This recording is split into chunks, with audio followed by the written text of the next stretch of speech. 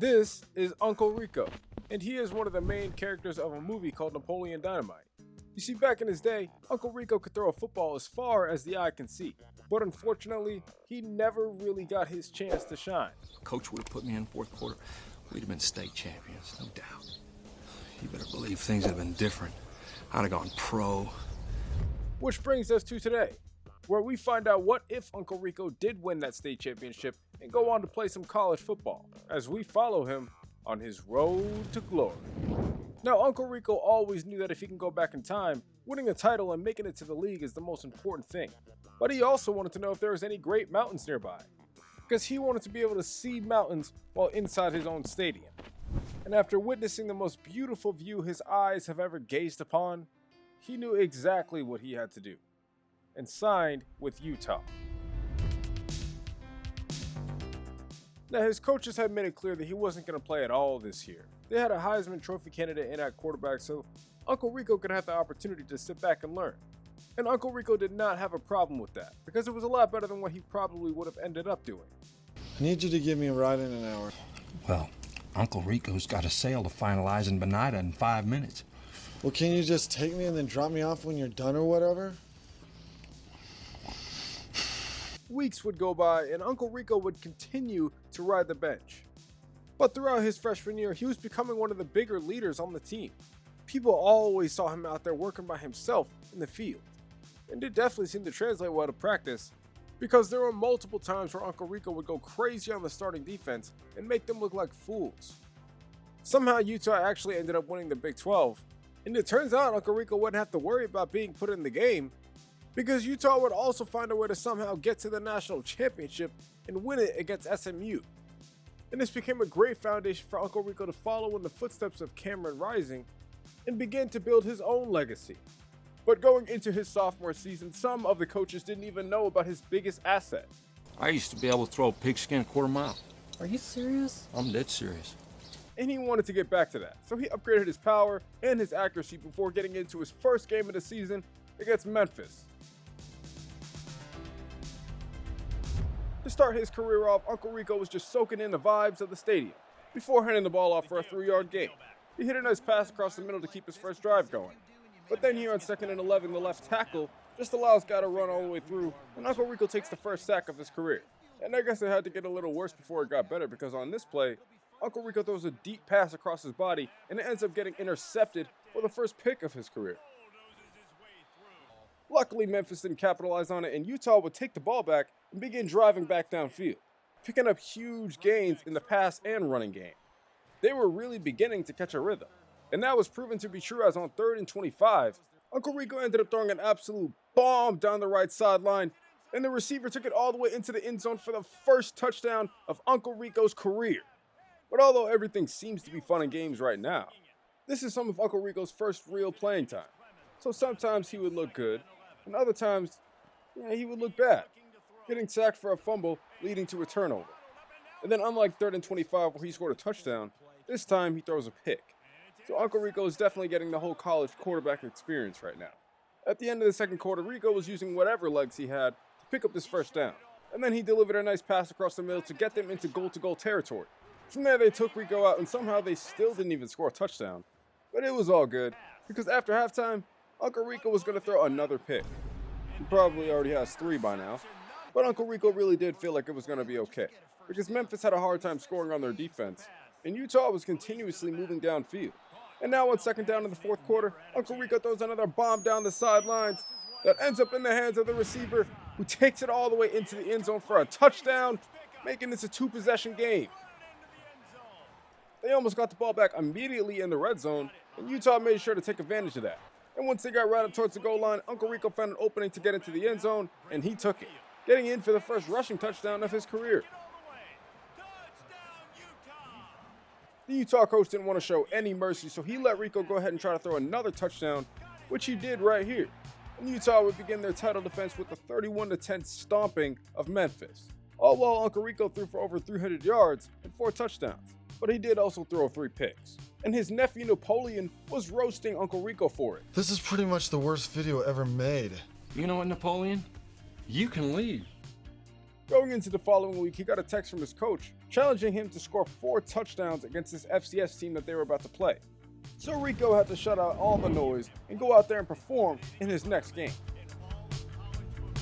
And almost immediately out the gate, Uncle Rico was really starting to feel himself. How much you want to make a bet I can throw a football over the mountains? He went out there and on one of the first plays of the game, he drops back and throws a rocket down the right sideline that's hauled in by the receiver for the first touchdown of the game. But Uncle Rico was far from done because he had to throw 4 touchdowns. He threw a dime right here across the middle to get them into opposing territory. And then he scrambled out right and made this insane play on the run. I mean, I don't even know how he got the ball away. And down by the goal line on 3rd and 3, Utah lets Uncle Rico sling it in for another touchdown, making this a 2-possession lead. And as you can see, Uncle Rico is jacked up right now. Already has 2 touchdowns for 141 yards, and now the defense just gave him the ball back in goal-to-goal territory. And if you think Uncle Rico wasn't going to take advantage of that, you're crazy, because he goes in for his 3rd touchdown of the day already within the first quarter. But as great as Utah's passing game seemed to be flourishing, it was also their running game who was doing just as good of a job getting them downfield. Uncle Rico delivered another dime on 2nd down to bring him near the goal line, where he then ran play action to get the ball out to his fullback, who brought it into the end zone for another touchdown, making that 4 for Uncle Rico. And as of now, it seemed like this could end up one of the greatest games ever played by a quarterback, as they get all the way downfield right by the goal line once again. But Uncle Rico is still young, and instead of throwing to the wide open running back, he throws it across the middle for a pick. Luckily, it wasn't returned for 6. But Uncle Rico wasn't about to go out like that, so he comes back the next drive and makes a huge play down the right sideline, where his receiver brings it all the way into the end zone for another touchdown on the day. Rico used his legs a little bit more throughout the game before throwing his final touchdown pass in the 4th quarter with a dime up the seam. Utah would win this game 52-10, and that was largely due to Uncle Rico's 458 yards passing and 5 touchdowns. He wanted to throw as many bombs as he could, so he continued to upgrade his throw power so he can one day reach the mountains. Now, he didn't know if there was any mountains in Wyoming, but either way, Uncle Rico was ready to put up some big numbers in his next game. He started off with a laser on 2nd down that actually brought them deep into Wyoming territory, and then found some space to scramble out of the pocket where he barely picked up this 1st down. But now on 3rd and goal, after a couple bad running plays, somehow after Uncle Rico drops back to pass, he throws the ball here and it ends up getting picked off, taking 3 points for them off the board. Too bad for Wyoming, they couldn't put any points up themselves, because Utah was driving right back down the field before Uncle Rico has to just take a sack here on 3rd and 7. And although Utah now has the lead, it's about to be halftime and Uncle Rico really hasn't done much in this game. So he starts trying to take things into his own hands. He makes a few nice passes to actually get his team down near field goal range, but at some point they were just running out of time and didn't even try going for a touchdown. After halftime, Uncle Rico was desperate to extend this lead because he didn't want Wyoming to end up coming back. He rifles this pass to his receiver, who actually brings it into the red zone. But once again, here's another drive that stalls out. You know, at least Utah has a 2-possession lead, but that may not last for long after Uncle Rico throws this pick, giving Wyoming pretty solid field position. Once they got the ball back though, Rico would actually bounce back, throwing a dot down the left side of the field that actually brings them within goal-to-goal territory. And then finally on 1st and goal, Rico utilizes play action to get his receiver into the end zone for the first touchdown of the game. And by the end of the 4th quarter, this game definitely seemed to be over, especially after Rico was able to drive his team down the field again and eventually run this ball into the end zone himself. They would win this game 27-3 in a game where Uncle Rico threw for 260 plus yards and 2 touchdowns. Rico was taking his college experience as seriously as he could, because he didn't want to end up sitting on a couch with his nephews one day thinking about what could have been. So he just continued to get prepared and got ready for his next game against West Virginia. Now, one thing to love about Uncle Rico is that he loved throwing over mountains. And considering that he was playing against the Mountaineers, he had no problem throwing right over the top of the defense, where the receiver would take it into the end zone for the first touchdown of the game. And this wasn't just a one-time thing. He would continue to throw right over the defenders like they're the mountains back home in Idaho. On 3rd and goal, Utah had Uncle Rico run a speed option, where he pitched the ball out to the running back, who brought it all the way down the sideline and fought his way into the end zone for another touchdown, giving Utah back this lead. Uncle Rico really did seem extra locked in today, because he continued to make plays down the field, but the rest of the team wasn't ready to carry their weight, so they only scored 3 points for the rest of the first half. In the third quarter, Uncle Rico continued his dominance though, throwing a dime while taking a hit in the pocket that's completed for a huge gain. And then right here on second down, he just drops back and trusts his receiver, so he throws it up and it's caught as he races down the sideline and streaks into the end zone to extend this lead. And Uncle Rico is freaking hyped, man. He's on the field smack talking crazy to the crowd. Check that out. But Uncle Rico wasn't done yet because he didn't know when the next time he'd be able to throw over these mountains in West Virginia. After completing a nice pass on the run on third down, he finds another man open down the right sideline who just sprints towards the end zone, and nobody is going to catch him as he runs into the end zone for another touchdown on the day. And I guess Uncle Rico had one more left in him because with 30 seconds left, he delivers another dime down the left sideline where a receiver brings it in for Rico's 4th touchdown. Utah would end up winning this game 38-22, off the back of Uncle Rico's 400-plus yard game and 4 touchdowns. And he immediately tells a reporter after the game that he is the reason for their success this season, and that it's actually not even close. Uncle Rico also started to get some offers for NIL deals. But the thing is, Rico was really business savvy himself. He could have definitely ended up going into sales, and he probably would have done a pretty good job at it too. So he knew when a good deal was a good deal and a bad deal was a bad one, and decided to decline this offer. But now, heading into next week, it was time for Utah to take on a Big 12 conference opponent and face Kansas. On the very first drive, they got Uncle Rico out here running for his life, barely able to pick up a couple yards. And then they subsequently got stopped on third down, but Coach wasn't having all that. They wanted to smack Kansas in the mouth, so they let Uncle Rico and the offense go back out on the field and pick up a big first down. And now at the goal line, all it took was a simple handoff to make this a 7-point game. But I guess things wouldn't be that easy because the right tackle just gets thrown down like nothing, and Uncle Rico gets sacked for a big loss. But on 3rd and 22, he throws this bullet over the middle that is somehow completed and brought deep into Kansas territory. On 2nd and 7, he throws a nice touch pass down the right sideline, and the receiver hauls it in for Rico's first touchdown of the game, giving them a 14-point lead so that in the second quarter, they can just continue to build as they get down the field once again. Uncle Rico capped off the drive with a short passing touchdown to the end zone, but that wouldn't even be it for the half because Uncle Rico would get the ball back, and he was out there making some wild plays. Watch this. And I'm not even joking, that might actually be one of the most beautiful passes I've ever seen. On second down, Uncle Rico finds an open running lane and just scampers his way into the end zone for another touchdown on the day. Uncle Rico seemed to have all the tools it took to be a great quarterback, but if there was one thing that needed to be fixed, it was definitely his ball security, because he comes out and throws another interception. Luckily, Kansas didn't really do much about it, and Uncle Rico was able to throw another pass down the seam where a receiver gets open and takes it into the end zone for another touchdown, making this game 35-3 and pretty much putting it out of hand. But before being taken out of the game, Uncle Rico wants to continue taking some shots, and he couldn't even believe what the hell he just saw right here. He literally had to pinch himself to make sure he wasn't dreaming or something, because what? He has no idea how his receiver caught that ball. But either way, Utah would end up winning in blowout fashion 45-3. Going into the following week, the coaches are telling Rico about the rain so he can watch out for his turnovers, because they didn't want to slip up and lose to an unranked opponent on the road in BYU.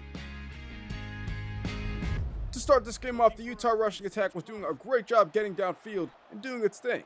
But the passing game was having a hard time getting things going, getting stopped right here on third down, and then coming out on the next drive, and Uncle Rico throws a pick that's taken into the red zone. Luckily, Utah would get the ball right back, and the offense would march right downfield back into field goal territory, where they would get stopped on third down, resulting in 3 points. With about 30 seconds left in the half, Uncle Rico was finally able to get this passing game going by finding a man open deep downfield. The receiver takes it all the way downfield within goal-to-goal territory, where unfortunately the drive would stall out. Even more unfortunately, though, they didn't score any points, so Utah would have to go right back downfield and do it again. And the running back did a good job with helping with that on this drive. On 1st and 10, Rico was able to find a guy over the middle who took it into the end zone to finally take the lead for Utah in this game. By the end of the third quarter, Utah found themselves back within goal-to-goal territory, but instead of making it a 2-possession lead, Utah's drive would stall out and be forced to kick a field goal. With under 2 minutes left, BYU still hadn't put up any more points, and it was now Utah's job to continue keeping this clock moving or potentially put up points of their own. They got it down near the goal line where Uncle Rico somehow gets this pass off, and the receiver is able to take it into the end zone for a touchdown to effectively end this game. Utah would escape BYU Stadium with a 19-14 victory in one of the lowest scoring games you'll probably see from them. So after a lackluster performance, Uncle Rico is definitely upgrading his power once again, to the point where he can now really throw over the mountains. And he's not too sure if there's any mountains at all out there in Waco, Texas. Uncle Rico does know that he's about to put down some Bears as he and Utah match up against Baylor. On one of the first plays of the game, Uncle Rico is sacked and stripped for a fumble, picked up by the Baylor Bears. A good thing Baylor didn't put up any points, but it didn't matter because once again Uncle Rico was getting sacked and stripped for a fumble. Luckily this time, it's picked up by Utah. For whatever reason though, Utah came out playing terrible this game, as they couldn't even get it past midfield for the whole first quarter. But eventually Uncle Rico would start moving out of the pocket and finding people open down the sideline. And Utah's running game started kicking in, picking up some big gains on the ground. Still tied at 0-0, this jet sweep turned out to be the play to break the ice, as a receiver finds himself around the corner and gets himself into the end zone for the first touchdown of the game. At halftime, you can see just how bad Baylor's offense has been on the ground, so it makes sense that after halftime they only have 3 points still. And although Utah still only had 7, Uncle Rico is looking to change that by making some big plays, finding a man open downfield here, and then completing a pass here on 3rd and short, where Uncle Rico is then taking out the game, but Utah scores a touchdown anyway. Baylor didn't seem to want to fight back in this game at all, but Utah was still fighting to get their way back downfield, eventually getting back down by the goal line once again, where Uncle Rico completes a pass into the end zone to make this a 17-point game and pretty much put this game away. Utah would end up winning this game 21-3, in a game where Uncle Rico had a pretty good one, but definitely could have been better. So he continued to get better during the week and prepared for his next game against Cincinnati. And this was a game where Uncle Rico and the Utah Utes started off the game pretty strong, moving their way downfield by getting multiple first downs, eventually finding themselves down in the red zone, but the drive would stall out on 3rd down. Down 7-3 in the second quarter, Uncle Rico knew he had to start locking in. So he made a bunch of plays to get his team down by the goal line, where he threw it in for a touchdown to his fullback to take the lead.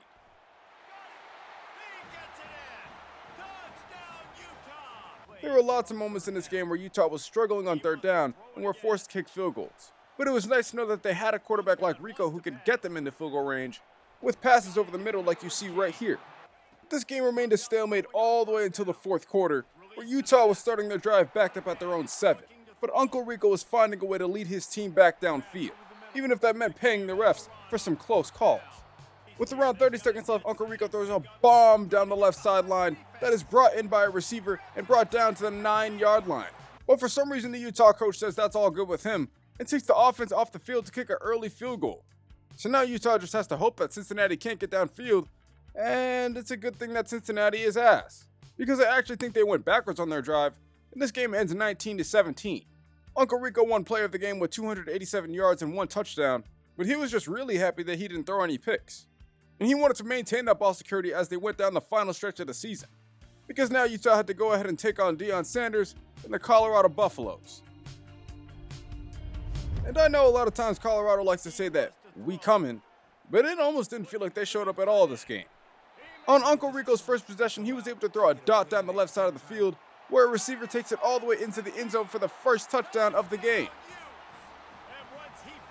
But Rico would continue to carve up this Colorado defense, this time by throwing a pass over the middle, and then throwing another dot down the left side of the field, bringing his team down near the red zone before he would drop back to pass on his 3rd down and goal play, and find a guy in the back of the end zone for another touchdown on the day. Now, everything wasn't perfect throughout this game. Colorado would obviously get their stops, but it was also disappointing to see that Uncle Rico was back to throwing unwarranted interceptions. Something that could be a major issue as they continue the season, but for now, Rico was going to continue to take his shots, and somehow the receiver comes down with this one. And the stadium is actually celebrating Rico going over 3,000 yards passing after the play.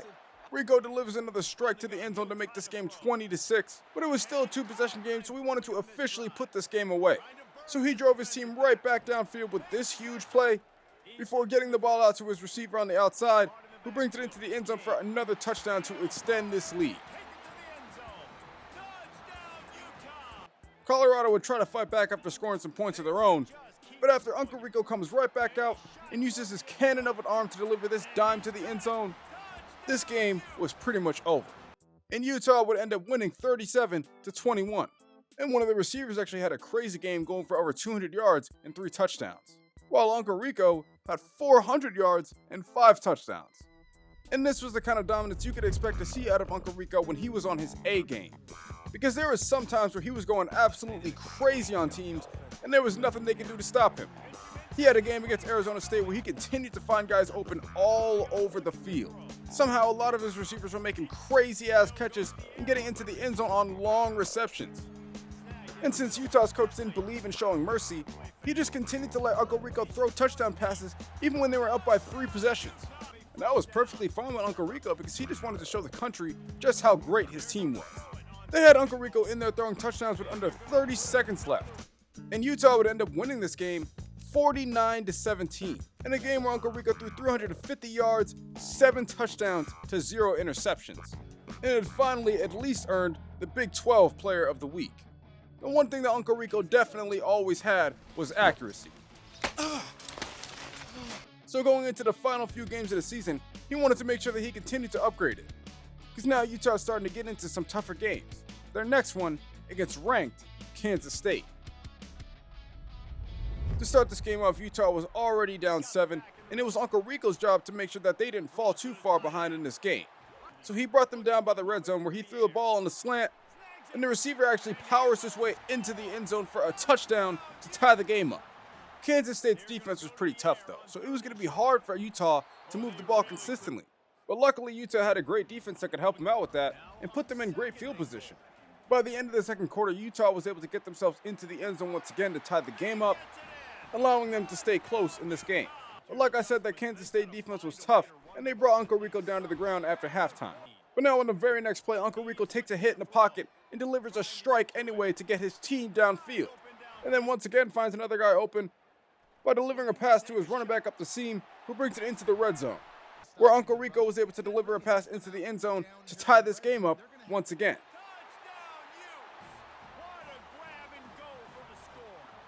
Utah found themselves back in the red zone and couldn't capitalize on the drive, but could take the lead with the field goal. Kansas State would come back out and take a lead with a touchdown, which meant that Uncle Rico had to lead his team to victory.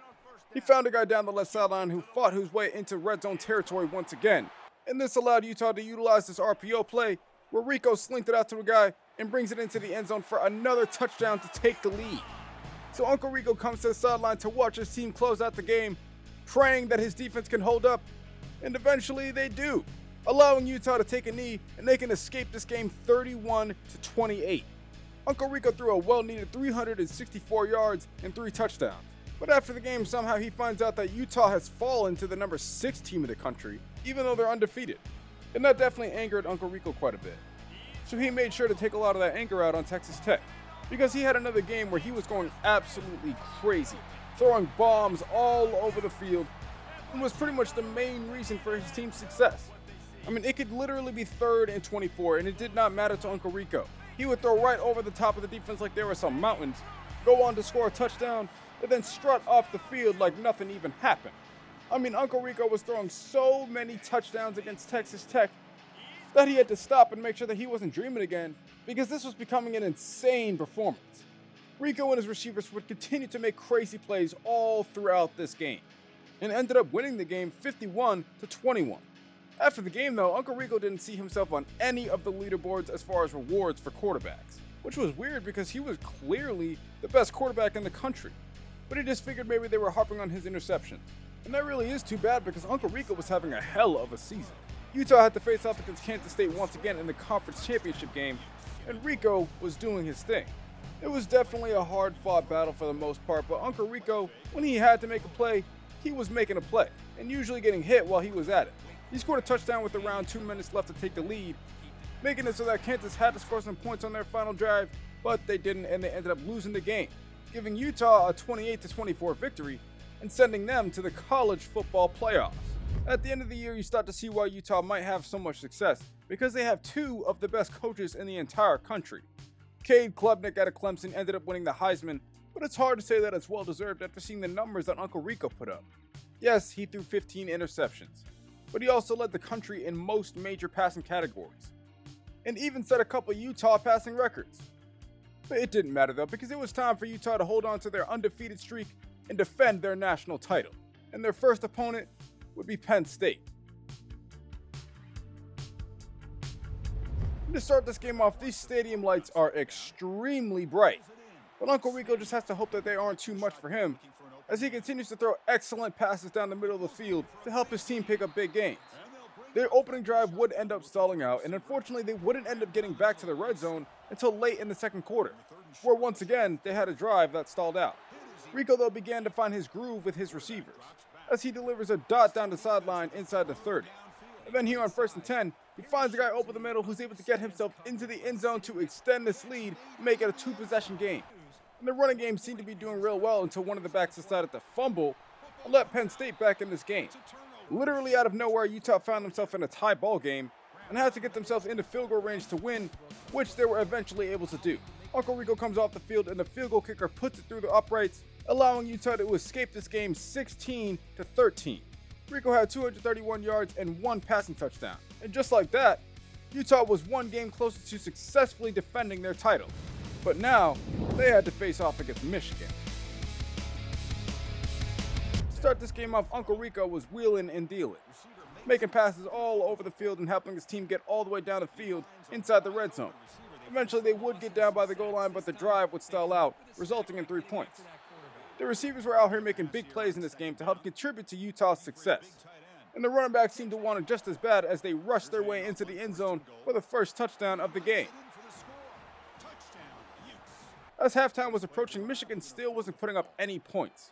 So Rico continued to move the ball all over the field through the air, and even made a rare once-in-a-while play on the ground to help pick up the first down. Uncle Rico found a guy on this play-action pass who got into the end zone for another touchdown on the game, making this a 3-possession lead.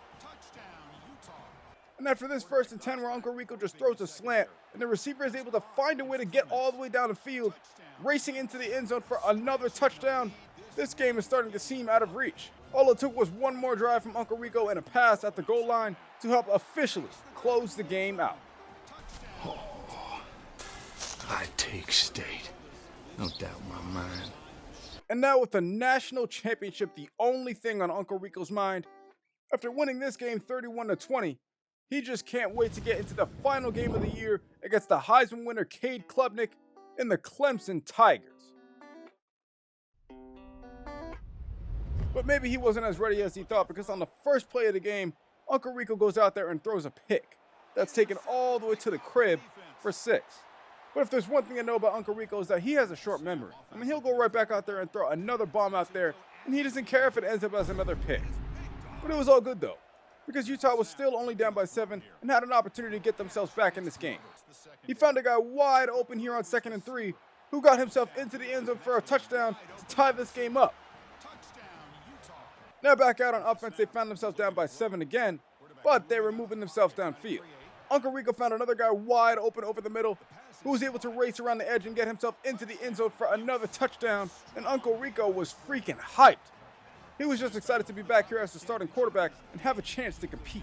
The Clemson wanted to compete too, as they often brought in a lot of pressure, but that wasn't something that often fazed Rico, because like you can see on this play, he throws about as perfect of a ball as you possibly can, and the receiver catches it and marches all the way down the field into the opposing territory. And right here at the end of the second quarter, Uncle Rico is able to find another man open over the middle who gets it into the end zone for a touchdown, but this time to take the lead. But Uncle Rico definitely had a habit of often trying to do too much, because right before the half ends, he throws an interception. It goes back the other way for another pick 6. And after halftime, Clemson goes on a really long drive and ends up scoring 7. So now down by 7 once again in this game, Utah has to rebuild and get themselves back within scoring position. This play on 1st and 10 definitely helps that brought them down near the red zone, but the drive would end up stalling out after Utah gets stopped here on 3rd down. Clemson thankfully doesn't do anything and opens up the door for the Utah Utes to find their way back in position to take the lead. A play on 3rd and 10 helped them get back inside the red zone, and then Uncle Rico actually sees an opening on this play, so he decides to run to the outside, and he is stripped for a fumble, and it's recovered by Clemson. So they just gotta hope Clemson doesn't score, and actually they get the ball right back where they were. And like I said, Uncle Rico has short memory, so he takes the opportunity to rush once again, picking up a big first down. He completed a pass over the middle to get his receiver in goal-to-goal territory. And now all Uncle Rico has to do is just hand the ball off, and his running back is able to take it into the end zone for a touchdown to take the lead. And this may just be the moment that Uncle Rico was waiting his whole life for, as he celebrates his way off the field. Now all Utah has to do is just hope Clemson doesn't score any points, which they don't. And Utah is winning the national championship once again, back to back. Largely led by Uncle Rico, who actually almost throws for 400 yards and 3 touchdowns this game. You see, this is what Uncle Rico deserved from the start. If only coach would have put him in that fourth quarter, man. But with Utah, they did put him in, and Uncle Rico led them to a national championship.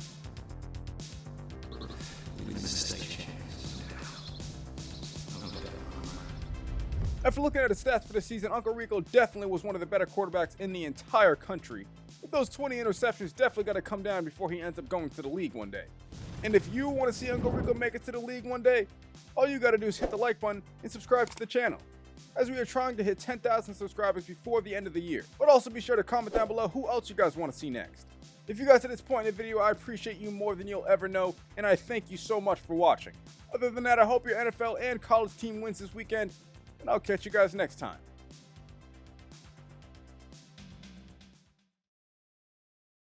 How much you want to make a bet I can throw a football over the mountains?